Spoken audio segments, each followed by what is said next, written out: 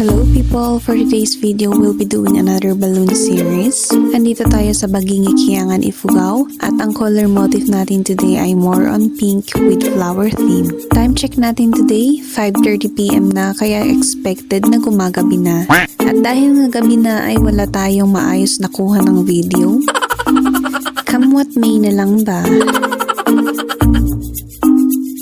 Kung nagtataka kayo kung bakit super late kami nag-umpisa, well, yun lang kasi ang available time natin dahil busy tayo sa mga bagay-bagay. Char! Kagagaling lang natin sa work kaya alas 6 na tayo nag-umpisa. Ang theme ni Madam Client ay more on flowers. Ang kaso, di nakaabot ng ibang bulaklak kaya naman yung resulta ay tignan nyo na lang mamaya.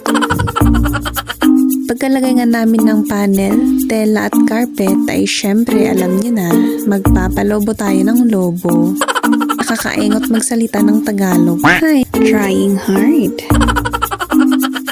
Medyo mahaba-haba na yan kaya ayun, nilagay na namin sa panels natin. As always, nakakaumay na ba ang mga designs natin?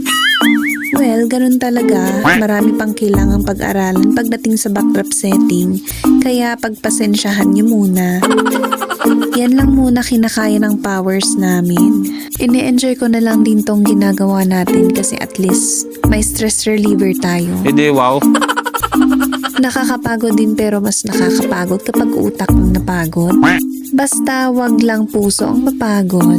Uy, char. Syempre normal lang yan, lahat ng tao napapagod. Minsan masaya, minsan malungkot, pero okay lang yan. Sabi nga nung kanta ni Jessie J, it's okay not to be okay. Kung feeling mo madadapa ka, sige, dapa ka lang. Char, basta syempre matuto tayong bumangon. Naku, dami ko nang sinabi.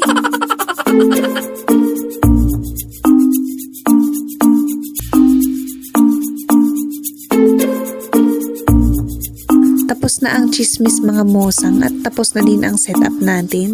O diba? Iba talaga kapag chika, mabilis ang oras at mabilis ang trabaho. Pagkaraan ng ilang oras ng pag-aayos, ito na ang ating final look.